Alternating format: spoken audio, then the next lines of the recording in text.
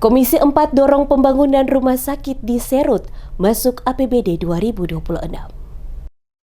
Komisi 4 DPRD Maluku Tengah mendorong pembangunan rumah sakit di wilayah Seram Utara Raya agar dapat masuk dalam rancangan anggaran pendapatan dan belanja daerah atau APBD 2026.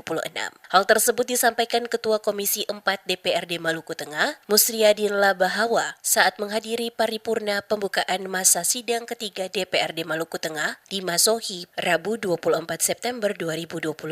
Labahawa menegaskan langkah ini merupakan bentuk kepedulian terhadap warga Kecamatan Seram Utara, Seram Timur Kobi, dan Seram Utara Timur Seti yang hingga kini masih kesulitan mendapatkan akses layanan kesehatan. Menurutnya, masyarakat 3 kecamatan tersebut hanya memiliki 2 pilihan untuk mendapat layanan rumah sakit, yakni ke RSUD Masohi atau ke Kabupaten Seram bagian timur. Alternatif lainnya adalah harus menempuh perjalanan lebih jauh ke kota Ambon. Ia menambahkan, kondisi ini sangat menyulitkan masyarakat, terutama ketika harus menangani penyakit kronis yang membutuhkan penanganan cepat. Oleh karena itu, untuk memastikan tersedianya pelayanan kesehatan yang memadai bagi masyarakat di wilayah tersebut, maka diperlukan adanya rumah sakit baik tipe D maupun rumah sakit Pratama.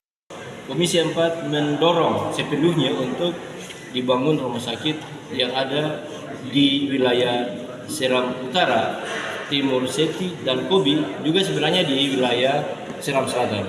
Artinya dua wilayah yang harus menjadi fokus perhatian. Labahawa memastikan Komisi 4 akan mengawal dan mendorong rencana pembangunan rumah sakit tersebut agar masuk dalam APBD 2026.